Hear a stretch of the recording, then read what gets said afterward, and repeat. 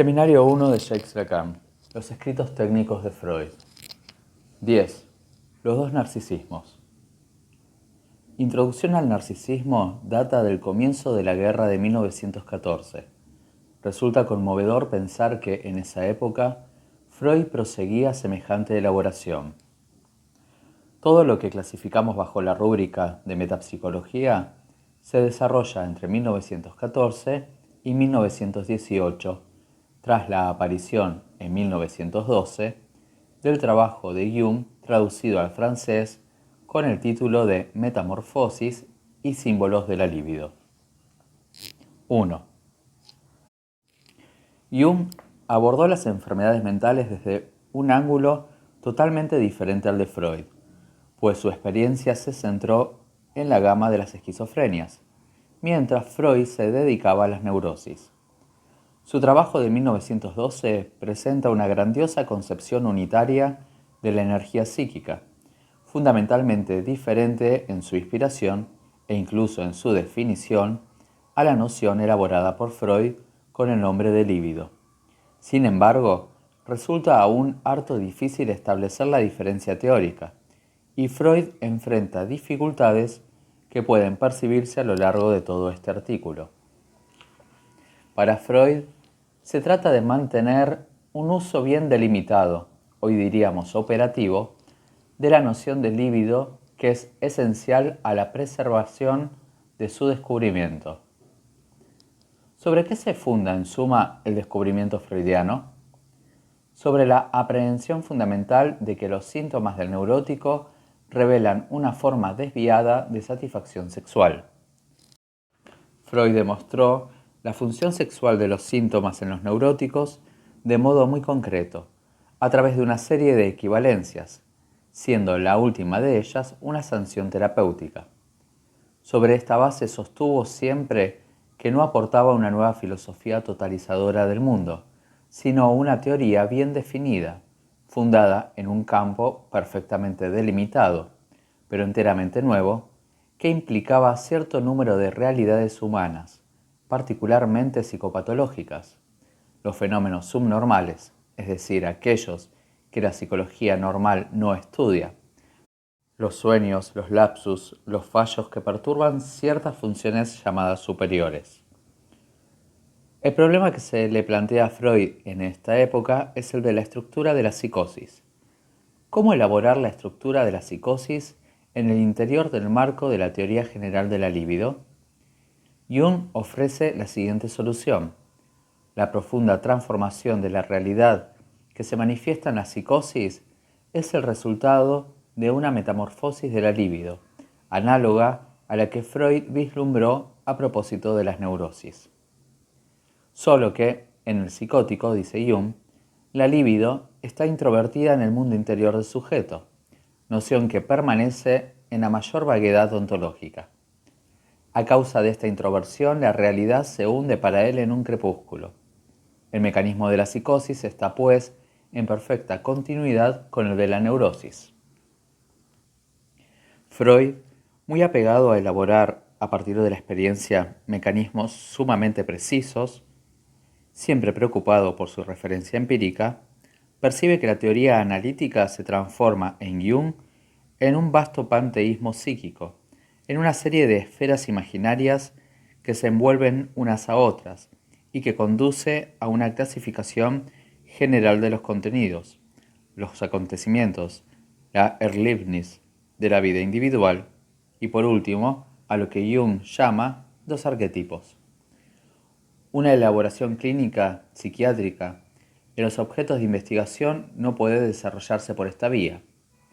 En consecuencia, Freud intenta establecer en ese momento la relación que puede existir entre las pulsiones sexuales, a las que otorgó tanta importancia, pues estaban ocultas y su análisis las revelaba, y las pulsiones del yo, que no había colocado hasta entonces en primer plano. ¿Puede o no decirse que unas son la sombra de las otras? ¿Está la realidad constituida por esa proyección libidinal universal que está en el fondo de la teoría junguiana? ¿O bien existe, por el contrario, una relación de oposición, una relación conflictiva, entre pulsiones del yo y pulsiones libidinales. Con su honestidad habitual, Freud precisa que su insistencia a mantener esta distinción se basa en su experiencia de las neurosis y que, después de todo, solo se trata de una experiencia limitada. Afirma entonces, no menos netamente, que puede suponerse en un estadio primitivo anterior al que la investigación psicoanalítica nos permite acceder, la existencia de un estado de narcisismo en el que resulta imposible discernir entre las dos tendencias fundamentales, la sexual libido y la Ich-Triebe. En esta etapa, ambas están inextricablemente mezcladas, beisammen, confundidas y no son diferentes, unterscheidbar, para nuestro grosero análisis. No obstante, Freud explica por qué intenta mantener la distinción. En primer lugar, está la experiencia de la neurosis.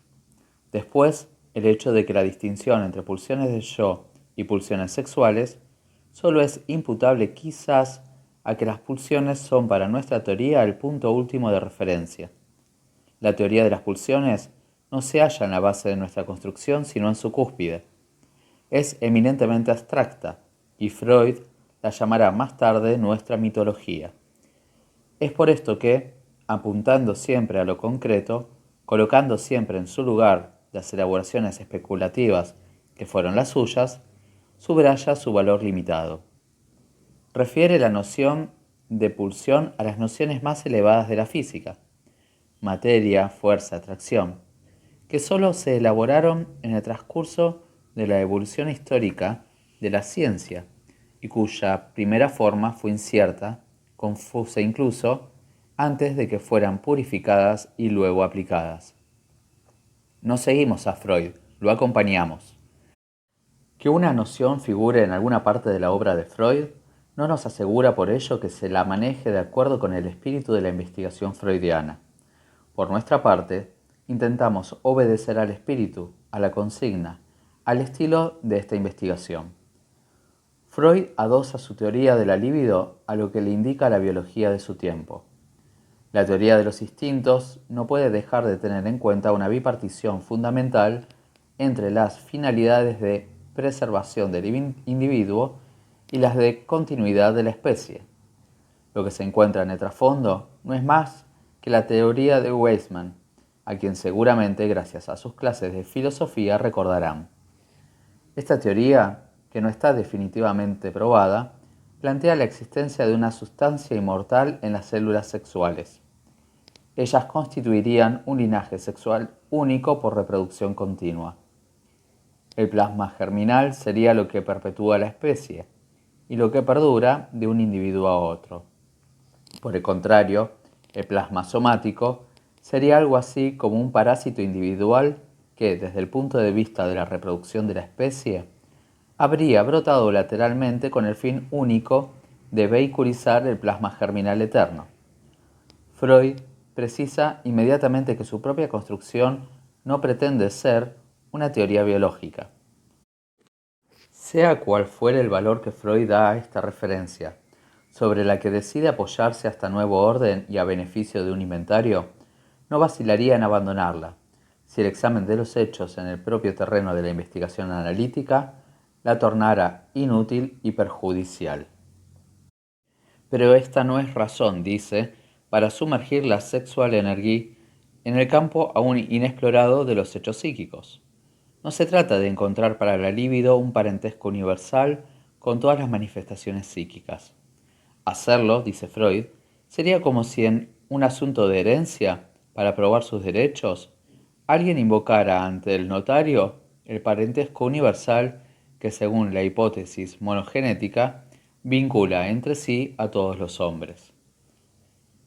Quisiera introducir aquí un comentario que tal vez parezca contrastar con lo que hago habitualmente, pero verán que nos ayudará en nuestra tarea, que es clarificar la discusión que lleva a cabo Freud y cuyas oscuridades y callejones sin salida no están disimulados en absoluto, como ya pueden percibir a partir del comentario de las primeras páginas de este artículo. Freud no aporta una solución, Más bien abre una serie de interrogantes, en los cuales debemos intentar insertarnos. En la época en que Freud escribe, no hay, como nos dice en alguna parte, una teoría de los instintos ready-made, lista para llevar. Tampoco hoy está acabada, pero los progresos realizados desde los trabajos de Lorenz hasta los de Tinbergen justifican las observaciones, quizás algo especulativas, que les presentaré hoy. ¿Qué pasa si aceptamos la noción de Weismann de la inmortalidad del germen? Si el individuo que se desarrolla es radicalmente distinto a la sustancia viviente fundamental, imperecedera, que constituye el germen, si lo individual es parasitario, ¿cuál es entonces su función en la propagación de la vida? Ninguna. Desde el punto de vista de la especie, los individuos están, si cabe decirlo así, ya muertos. Un individuo no es nada comparado con la sustancia inmortal oculta en su seno, que es sustancialmente lo que existe como vida. Preciso mi pensamiento. Desde el punto de vista psicológico, el individuo es conducido por el famoso instinto sexual a fin de propagar ¿qué? La sustancia inmortal incluida en el plasma germinal, en los órganos genitales, representada a nivel de los vertebrados por los espermatozoides y los óvulos. ¿Es esto todo? Seguro que no, ya que lo que se propaga es, efectivamente, un individuo, solo que éste no se reproduce como individuo sino como tipo. No hace más que reproducir el tipo ya realizado por el linaje de sus antepasados. Al respecto, no solo es mortal, sino que ya está muerto, puesto que, estrictamente hablando, no tiene porvenir. Él no es tal o cual caballo, sino el soporte, la encarnación de algo que es el caballo. Si el concepto de especie está fundado, si la historia natural existe, es porque no solo hay caballos, sino el caballo. A esto nos conduce la teoría de los instintos. ¿Cuál es en efecto el soporte del instinto sexual en el plano psicológico? ¿Cuál es el resorte concreto que determina la puesta en funcionamiento de una inmensa máquina sexual? ¿Cuál es su desencadenante tal como se expresa Tinbergen después de Lorenz? No es la realidad del compañero sexual, la particularidad de un individuo, sino algo que tiene una estrecha relación con lo que acabo de llamar el tipo, a saber, una imagen. Los etólogos demuestran cómo existe en el funcionamiento de los mecanismos de pareo el predominio de una imagen que aparece en forma de fenotipo transitorio, por modificaciones de su aspecto exterior, cuya aparición sirve como señal construida, es decir, como gestalt, y pone en marcha los comportamientos de la reproducción. El embrague mecánico del instinto sexual está cristalizado entonces, esencialmente en base a una relación de imágenes. En base a una relación, llego aquí al término que esperan, imaginaria. Este es el marco de referencia en el cual debemos articular las libido-tribe y las ich-tribe. La pulsión libidinal está centrada en la función de lo imaginario. Esto no quiere decir, como una transposición idealista y moralizante de la doctrina analítica quiso hacerlo creer, que el sujeto progresa en lo imaginario hacia un estado ideal de genitalidad que sería la sanción y el resorte último del establecimiento de lo real. Debemos pues ahora precisar las relaciones de la libido con lo imaginario y lo real, y resolver el problema de la función real que desempeña el ego en la economía psíquica. O Manoní. ¿Se puede pedir la palabra? Desde hace algún tiempo me incomoda un problema que me parece que a la vez complica y simplifica las cosas. La carga de los objetos por la libido es, en el fondo, una metáfora realista, ya que la libido solo carga la imagen de los objetos. En cambio, la carga del yo puede ser un fenómeno intrapsíquico, donde lo catextizado es la realidad ontológica del yo. Si la libido se ha convertido en libido de objeto, solo puede cargar algo simétrico a la imagen del yo. Tendremos así dos narcisismos, uno en el que una libido carga intrapsíquicamente el yo ontológico y otro donde una libido objetal carga algo que quizás sea el ideal del yo, en todo caso una imagen del yo. Tendremos entonces una distinción bien fundamentada entre el narcisismo primario y el narcisismo secundario. Usted se da cuenta adecuadamente que paso a paso deseo conducirlos a algún lado. No vamos totalmente a la aventura, porque estoy dispuesto a aceptar los descubrimientos que haremos en el camino. Me alegro ver que nuestro amigo Manoní hace un jump elegante en el tema. Hay que hacerlos de vez en cuando. Sin embargo, antes, prefiero volver a mi último paso. ¿Hacia dónde apunto? A coincidir con esa experiencia fundamental que nos aporta la elaboración actual de la teoría de los instintos acerca del ciclo del comportamiento sexual, que muestra que, en él, el sujeto es esencialmente engañadizo. Por ejemplo, es preciso que el picón macho adquiera bellos colores en el vientre o en la espalda para que comience la danza de la copulación con la hembra. Pero podemos muy bien hacer una figura que, aunque poco pulida, tenga exactamente el mismo efecto sobre la hembra, a condición de que lleve ciertas marcas, markation. Los comportamientos sexuales son especialmente engañadizos.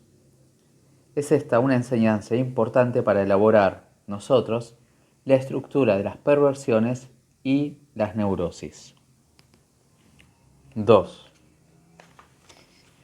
Puesto que hemos llegado hasta aquí, voy a introducir un complemento en el esquema que les presenté en el cursillo sobre la tópica de lo imaginario. Les indiqué que este modelo está en la línea misma de los deseos de Freud.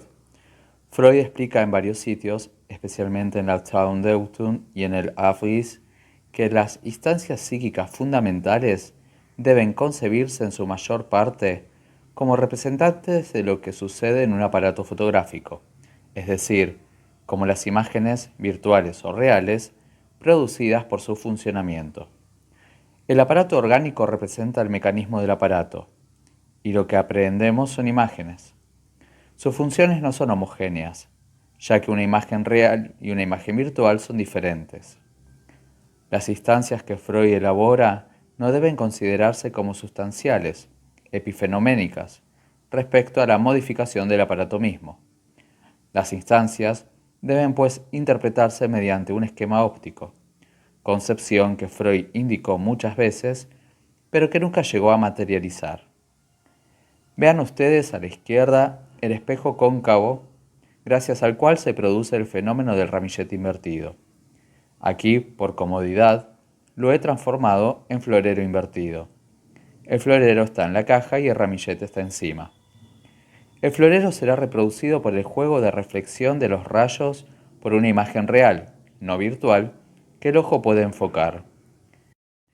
Si el ojo se acomoda a nivel de las flores que hemos dispuesto, verá la imagen real del florero rodeando el ramillete, confiriéndole estilo y unidad, reflejo de la unidad del cuerpo. Para que la imagen tenga cierta consistencia, es necesario que sea verdaderamente una imagen. ¿Cuál es la definición de imagen en óptica? A cada punto del objeto le corresponde un punto de la imagen, y todos los rayos provenientes de un punto deben cruzarse en un punto único en algún lado. Un aparato óptico solo se define por la convergencia unívoca o biunívoca de los rayos, como se dice en axiomática. Si el aparato cóncavo está aquí donde estoy yo y el pequeño montaje del prestidigitador está más allá de la mesa, la imagen no se podrá ver con suficiente nitidez como para producir una ilusión de realidad, una ilusión real. Es preciso que ustedes se encuentren ubicados en cierto ángulo. Podríamos distinguir, sin duda, a partir de las diferentes posiciones del ojo que mira, cierto número de casos que tal vez nos permitirían comprender las diferentes posiciones del sujeto en relación a la realidad. Es cierto que un sujeto no es un ojo, ya lo he dicho, pero como estamos en lo imaginario, donde el ojo tiene mucha importancia, este modelo puede aplicarse. Alguien introdujo la cuestión de dos narcisismos. Se dan cuenta de que, en efecto, de eso se trata, de la relación entre la constitución de la realidad y la forma del cuerpo, que de un modo más o menos apropiado, Manoní ha llamado ontológica. Volvamos primero al espejo cóncavo. Podríamos proyectar sobre él probablemente todo tipo de cosas. Ya se los indiqué, de sentido orgánico y, en particular, el córtex. Pero no sustancialicemos tan rápido, pues no se trata aquí, lo verán enseguida, de una pura y simple elaboración del hombrecito que está en el hombre. Si yo aún estuviera siendo el hombrecito que está en el hombre, no veo por qué razón estaría siempre criticándolo, y si lo admito, es por alguna razón. Pasemos al ojo, ese ojo hipotético del que les he hablado. Pongámoslo en algún sitio entre el espejo cóncavo y el objeto.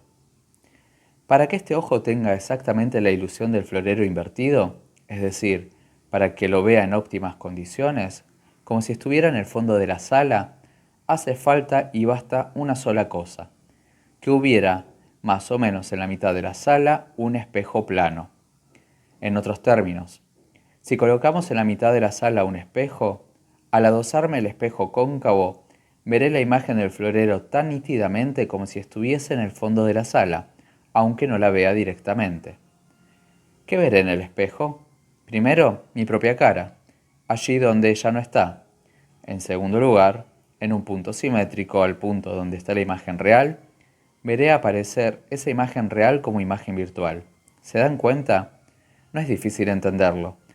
Al volver a sus casas, colóquense ante un espejo, pongan una mano entre ustedes. Este pequeño esquema no es más que una elaboración muy simple de lo que desde hace años intento explicarles con el estadio del espejo. Hace un momento, Manoni hablaba de dos narcisismos. En efecto, existe en primer lugar un narcisismo en relación a la imagen corporal. Esta imagen es idéntica para el conjunto de los mecanismos del sujeto y confiere su forma a su Umwelt, en tanto es hombre y no caballo. Ella hace la unidad del sujeto, la vemos proyectarse de mil maneras, hasta en lo que podemos llamar la fuente imaginaria del simbolismo, que es aquello a través de lo cual el simbolismo se enlaza con el sentimiento, con el Selbstgefühl, que el ser humano, el Mensch, tiene de su propio cuerpo.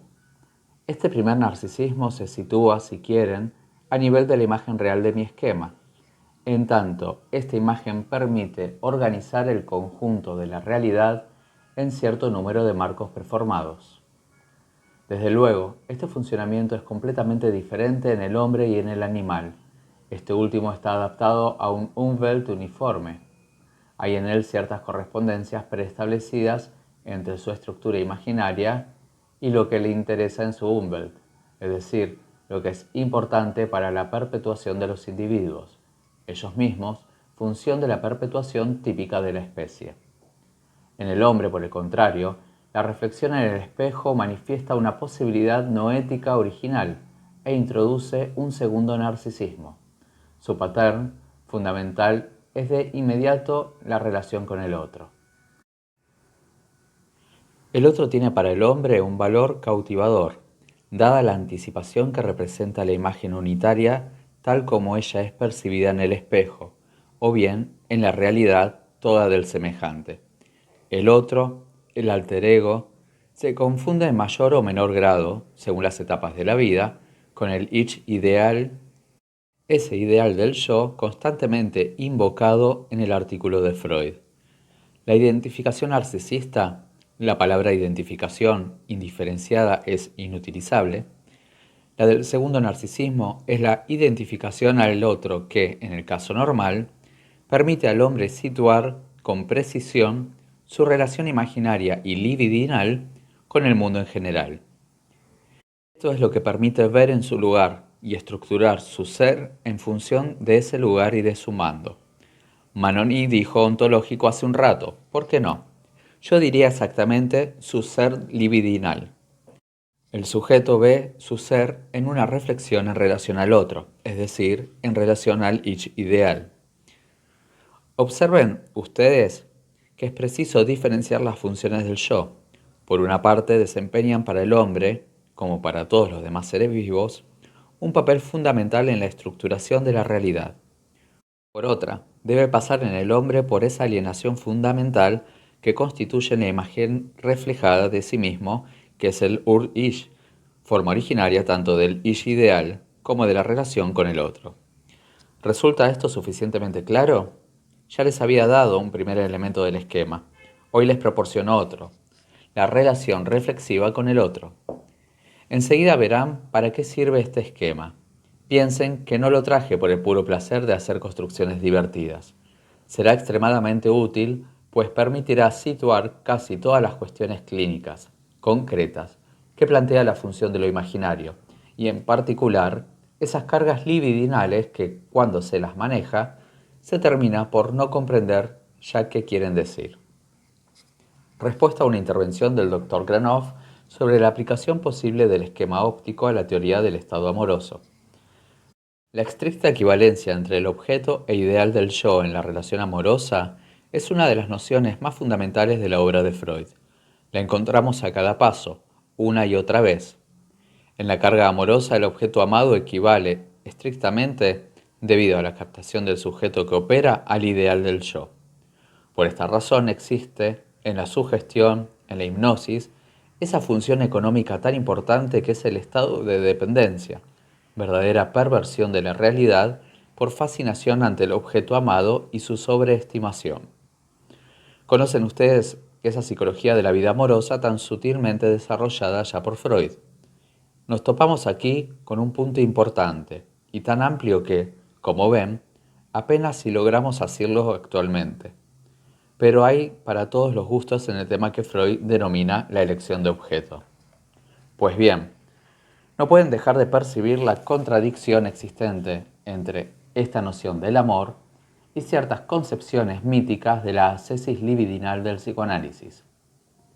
Estas plantean, como culminación de la maduración afectiva, no sé qué fusión, qué comunión entre la genitalidad y la constitución de lo real. No digo que no haya allí algo esencial para la constitución de la realidad, pero es necesario aún comprender cómo funciona. Porque o uno o lo otro, o el amor es lo que Freud describe, función imaginaria en su fundamento, o bien es el fundamento y la base del mundo. Así como hay dos narcisismos, debe haber dos amores, Eros y Ágape. Respuesta a una pregunta del Dr. Leclerc sobre los equívocos entre el Ich ideal e ideal de Ich en el texto de Freud. Aquí estamos en un seminario, no profesamos una enseñanza ex cátedra. Intentamos orientarnos y extraer el máximo provecho de un texto y sobre todo de un pensamiento en desarrollo. Sabe Dios como otros, incluso entre los mejores como Abraham y Ferenczi, intentaron arreglárselas con el desarrollo del ego y sus relaciones con el desarrollo de la libido. Este problema es objeto del último artículo salido de la escuela de Nueva York, pero quedémonos a nivel de Ferenczi y Abraham. Freud se apoya en el artículo de Ferenczi, publicado en 1913, sobre el sentido de la realidad. Es muy pobre. Fue Ferenczi quien comenzó a meterle en la cabeza a todo el mundo los famosos estadios. Freud se refiere a ellos. En esa época estamos solamente en las primeras tentativas teóricas de articular la constitución de lo real, y para Freud oír una respuesta fue de gran ayuda. Ferenczi le aportó algo, y Freud se sirvió de ello. Este artículo de Ferenczi ejerció una influencia decisiva. Sucede con él como con las cosas reprimidas. Su importancia es mayor cuanto menos se las conoce. Igualmente, cuando alguien escribe una insigne tontería, porque nadie la lea no deja de producir efectos. Porque sin haberla leído, todo el mundo la repite. Hay así muchas tonterías que circulan y juegan con la mezcla de diversos planos que la gente no advierte. Así, la primera teoría analítica de la constitución de lo real está impregnada de las ideas dominantes en esa época, expresada en términos más o menos míticos, sobre las etapas de la evolución del espíritu humano. Por todas partes, también en Jung, circula la idea de que el espíritu humano habría realizado últimamente progresos decisivos y que antes nos encontrábamos en una confusión prelógica, como si no estuviese claro que no hay ninguna diferencia estructural entre el pensamiento del señor Aristóteles y el de algunos otros. Estas ideas conllevan su poder de desorden y difunden su veneno.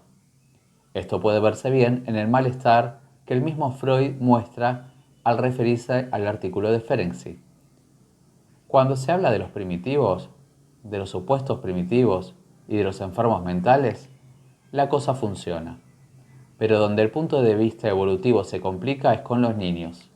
En ese punto, Freud se ve obligado a afirmar que el desarrollo está lejos de ser tan transparente. Quizás sería mejor, en efecto, no referirse aquí a nociones falsamente evolucionistas. No es aquí, sin duda, donde la idea, fecunda, de evolución encuentra su lugar. Se trata más bien de elucidar mecanismos estructurales que funcionan en nuestra experiencia analítica, la cual gira en torno a los adultos. Retroactivamente, podrá aclararse lo que puede suceder en los niños, de modo hipotético y más o menos controlable. Nos encontramos en la línea de pensamiento de Freud al seguir este punto de vista estructural, porque es en él donde Freud culmina.